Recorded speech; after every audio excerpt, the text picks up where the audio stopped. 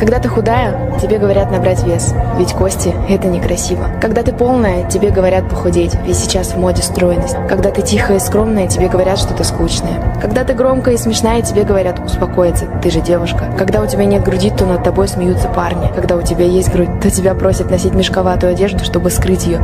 Ты же не хочешь быть похожей на распущенную. Если ты носишь брюки, то тебе говорят надеть юбку. Если ты ходишь в юбке, то тебе говорят не носить такую длину. Когда ты без косметики, то говорят, что ты не ухожена. А когда ты с ней, то говорят, что скрываешь страшное лицо. А может, это дело в вас, а не во мне.